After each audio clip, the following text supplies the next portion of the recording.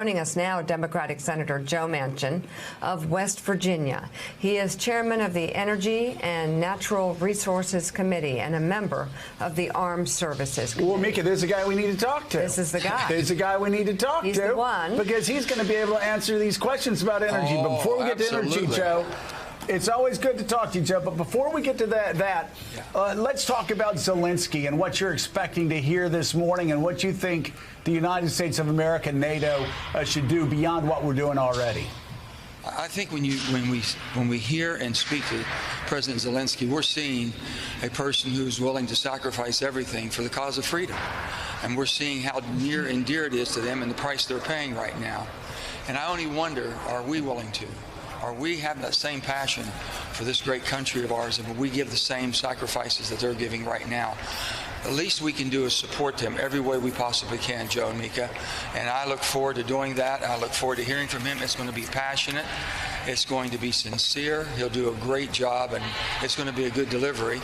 And he has to know that we're there. We're behind him. And we'll help every way we can in holding our NATO allies together. And I think you got to give credit to President Biden and what he's been able to do to bring that alliance back together after it had been shredded for the last 4 years, to bring it back together to where we can work as one. But it's a very, very tedious situation, and I trust the president will do a good job.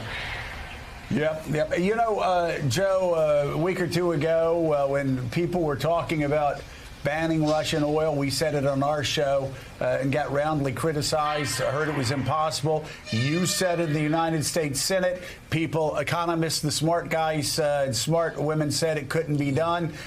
You pushed ahead. I want to show you this Wall Street Journal headline today: oil falls below $100. What can we do to keep those oil prices going down so consumers get relief at the pump? Joe, let's look at the reality of the world we live in today, what's happened, okay? First of all, this is a Putin war, and he has weaponized energy, and he uses against Europe. Europe made some decisions that had not been good for them. And with that, they're paying the price because of their dependency on dirty Russian oil and natural gas, the way they produce it. So the least that we can do is ramp up and do everything we can to maintain our energy independence, but also, Joe, be able to backfill every way possible we can with the cleaner American energy. And I know a lot of my friends on the far left and environmentalists don't want to do anything about increasing productivity. But I can tell you, for us to be strong, to be the superpower of the world, we should develop here in North America a North American Energy Alliance with Canada and basically Mexico and the United States as one continent, basically, that could be the energy hub. And also, Joe, we can walk and chew gum at the same time. We can make sure that we produce the cleanest resources, basically, from fossil, but also be able to segue into a cleaner environment with the technology and investments that it'll take to transition. I think we can do both, but we have to maintain. You can't just do one and not the other and think we're going to be fine. And that's what we're running into, the conundrum here. We should be ramping up production. We should be out there doing everything we can to maintain our independence, but be able to backfill them everywhere we can. And if we don't get Europe up and loaded for next winter, for this summer, when they're depleted all their reserves, there's going to be a big problem coming. So, Joe, what you're talking about, just again, I keep talking about context. What you're talking about is what Barack Obama talked about when he was president of the United States. He said we needed an all of the above approach. And that's where we're going to transition to alternative energy sources. But while we're doing that, we have to worry about today. I'm curious, you have the Germans that have fast-tracked a couple of LNG facilities, receiving LNG facilities for natural gas, clean natural gas. I'm curious, what's the possibility of us fast-tracking, say, 2 or 3 in the United States? It would bring energy prices down, and more importantly, it would cut through all of the regulatory burdens that make these plants take forever to get completed. And if again, it's a national security issue here. I understand when we're debating in peacetime, that's one thing. But this has become a national security issue for our allies in Europe. Why don't we do that? Well, Joe, I don't know why we don't do it. It's a humanitarian crisis that we're seeing. It can completely spread throughout Europe if Russia decides to do more and go further. Here's the thing that we have, just in West Virginia. We have been trying to build a 42-inch pipeline, basically taking the most abundant natural reserves that we have in natural gas out of the Marcellus Shale.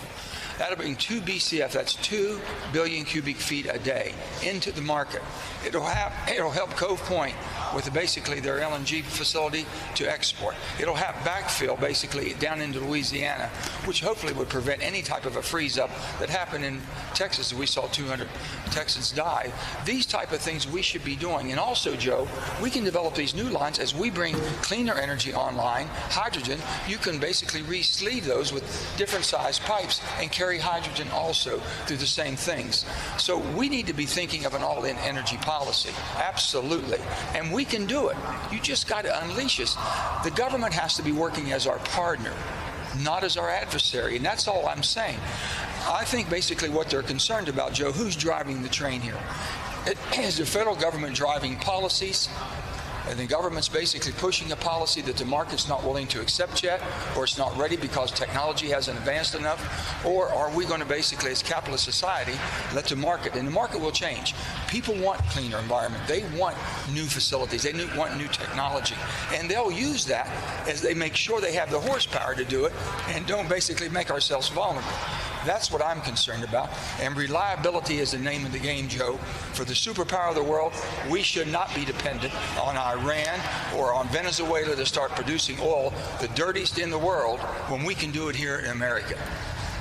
Senator Manchin, good morning. It's Jonathan Lemire. Great to talk to you again. Speaking of energy policy, you cited Sarah Bloom Raskin's stances on energy policy and the climate as a reason for your opposition to her nomination to the Federal Reserve Board, which would be vice chair. She withdrew her nomination yesterday, and I wanted to read to you what President Biden said in response and get your reaction. The president, in response to her withdrawal, said, despite having been confirmed by the Senate with broad bipartisan support twice in the past, Sarah was subject to baseless attacks from industry and conservative interest groups. And he says that is why her nomination failed. What is your response to what the president said?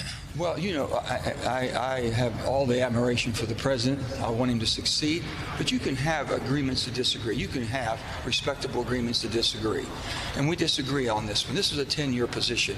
It was a different position that she had before. And basically her op-ed basically was very clear that she believed that basically the money in the financial industry, if you will, financial institutions, should be basically cut back into fossil fuels.